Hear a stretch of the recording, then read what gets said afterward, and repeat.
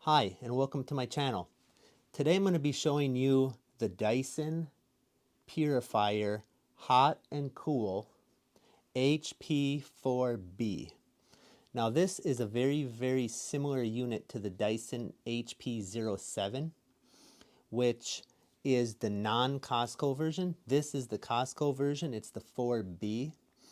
The features are almost identical. They might come in a little different color schemes, but the Costco version will save you money. Right now it's roughly $120 cheaper than the Dyson HP07. So I would recommend buying the Costco version if you have that available to you. So what I want to do is show you some of the features and basically how this thing works. So it comes with this remote control here, and it has a little display on the front, and that display will show you a number of different things. So if I select the I button in the upper right, I'll toggle through the different displays. So right here it's showing the current temperature in the room and what the temperature is set at, and that the fan is on automatic. If I click it again, it'll show the humidity level. Here it shows you basically the filter health, showing you that the filter is full strength, or not full strength, but brand new and doesn't need to be replaced. Here it shows that I'm connected to Wi-Fi. Here it's showing the air quality, so there's a few different air quality things that it's going to show. So this is one of them. This is another air quality measurement. This is yet another one, and a couple more that will show you the different air qualities. It's measuring different things. Well, and this right now is showing that all of mine are low and I have good air quality in my home. So let's go one more time back to the temperature. So right now I'm in heat mode, and you can tell that because the little 72 in red is lit up with a check mark. That means I'm in heat mode. I can use the remote, and if I decrease, I can decrease that temperature or increase the set point, which is on the right, and on the left is what it was showing in the room. So that is nice. If I decided to put this into cool mode, which is the button here with the blue dot, what that does is technically not cooling the air, but what that's doing is it's just acting as a fan. So this does not have any cooling functionalities like an air conditioner would. It just has a mode that's called cooling that is just basically a fan that is going to blow air around the room. There is the fan control button here on the left. You can increase and decrease the fan speed. So right now it's on 1, and you can go all the way up to 10. And you can kind of hear the different sound levels. 10 gets pretty loud, but it is moving quite a bit of air. So I'm feeling a pretty decent breeze right now. But I honestly don't know that I'd ever run it at 10 just because it is pretty loud. So I'm most comfortable probably keeping it at maybe 5 or 6. So that shows you a little bit about that. This button down here is the oscillate mode. So every time you click it, it changes between 180, not oscillating, 350, or 45, or 90. So you can decide, what zone you're trying to blow air on by choosing that oscillation. I'm going to turn oscillating off at the moment. So another button is this one here. It is the button that reverses the airflow. So as you can see from the graphic, it's now going to be blowing air out the back of the unit, which this can be helpful if you're just trying to purify the air. So it can keep the fan running at at speed 5 or whatever speed you want it at without blowing air directly on you. So in those times where you don't want air blowing on you, but yet you want a lot of air movement for the air purification, basically indirect air flow, that's when you would use that setting. Another thing you can do is set up a timer. You can have it automatically turn off after a certain period of time.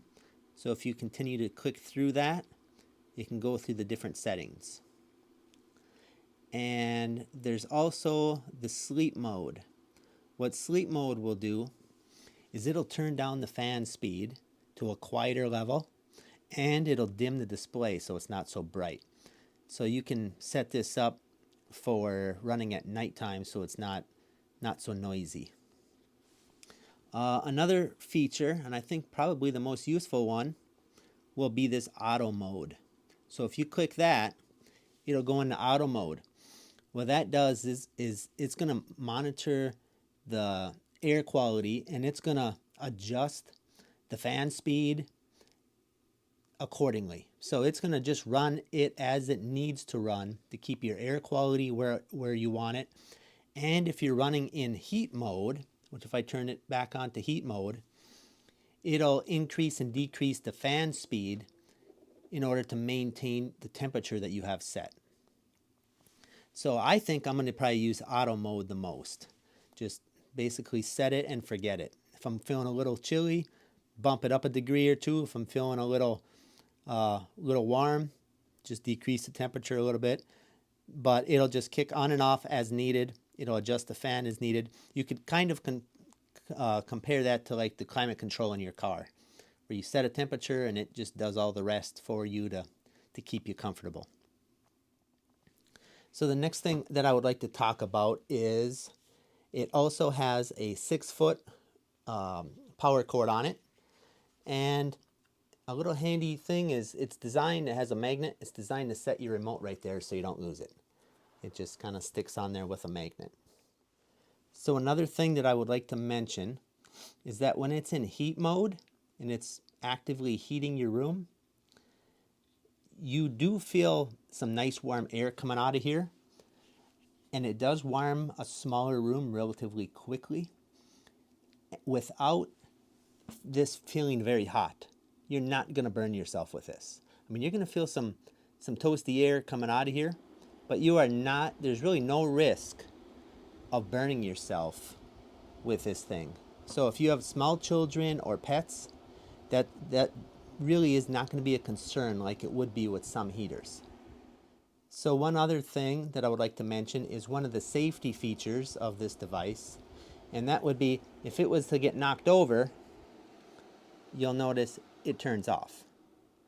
So that is another safety feature. Even though this thing is not hot on the sides, it really, I don't feel like it would actually burn your carpet or burn anybody. But it still has the tip feature so that if it does tip, it'll turn off. Okay, now I'm going to be going through some of the app settings, show you what features the app has. So this is the home screen for the app, and what it's showing is temperature, humidity, and if our air quality is okay. It's also showing you that I'm connected to what I called the fan. I called it the office, so you can see that that's connected. Down below, there's a few different selections, but before we go there, let's swipe up once, and then what we can see is our different air quality settings. We can see a history of the air quality and the different specific air quality readings, as well as temperature and humidity. So we can see how that's varied over time, which is a nice thing to track. But then if I swipe back down, we're back to this home screen again. From here you can go up into the settings in the upper right hand corner, and this is where you can go into your machine settings. You can see the specifics, change your Wi-Fi if you need to. You can see how much filter you have left. I have 100% filter left because this is brand new, and so on. This is where you can also turn on continuous monitoring, which basically does what it says. It is monitoring continuously. It also goes in, you can see how to replace your filter and so on. But you can also go into the menu and schedule the machine to turn on and off. So you can schedule it for each day of the week, the time you want it to turn on, time you want it to turn off. You could have multiple different times throughout each day. For each of the times that you schedule it to turn on and off, you can choose what settings you want. Now, one thing I want to point out is you can never program this thing to turn on the heat, because that is a safety, it's a safety concern that if you're not present with the unit when you turn the heat on, that it could potentially cause a problem, cause a fire, and so on. So you can only program it to turn on the fan or to turn certain airflow, to the front or to the back, to program a certain oscillation pattern, to turn on night mode at a certain time of day, and so on, or to program your fan speed for a certain time of the day. So again, you can't program it to do any heating functions. So let's back out of this and go back to our home screen. So in the home screen, the things that you're allowed to do is obviously the first button is to turn off the unit. The second option, or the second button, is to turn auto mode on or off. So if you don't have auto mode on, you can just increase or decrease the fan speed. You can set the oscillation, so whether you want just to turn on oscillation or not.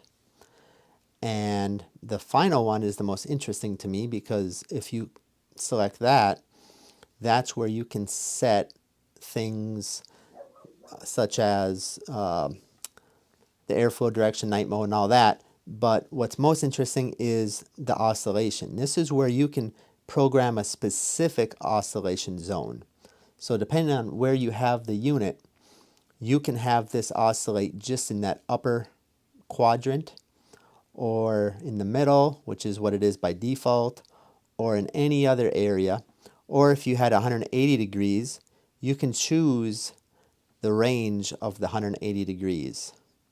350, there's not much you can do, because that's pretty much just doing everything all the way around. So that is one of the most useful things of using the app. Either that and turning the thing off remotely if you're not around. Other than that, I suppose, or the programming if you want the fan to turn on a certain time of day. But other than that, to be honest, the app doesn't really do a lot.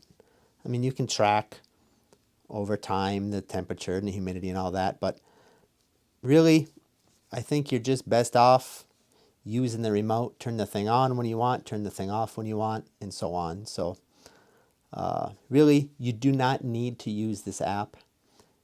It adds a few little things. If you're somebody that enjoys using an app to control your devices, go for it. But really, if you didn't use the app and just use the remote, you would get 95 to 99% of the functionality of what this unit will do without having to bother with the app. So hopefully this helped you understand a little bit more about how the app works. Overall, I think this is a great unit. It warms my room quickly. It keeps a nice constant temperature all day. I like how it can filter the air, and you know that you're breathing clean, healthy air. I like how that during the summer it'll keep the air circulated.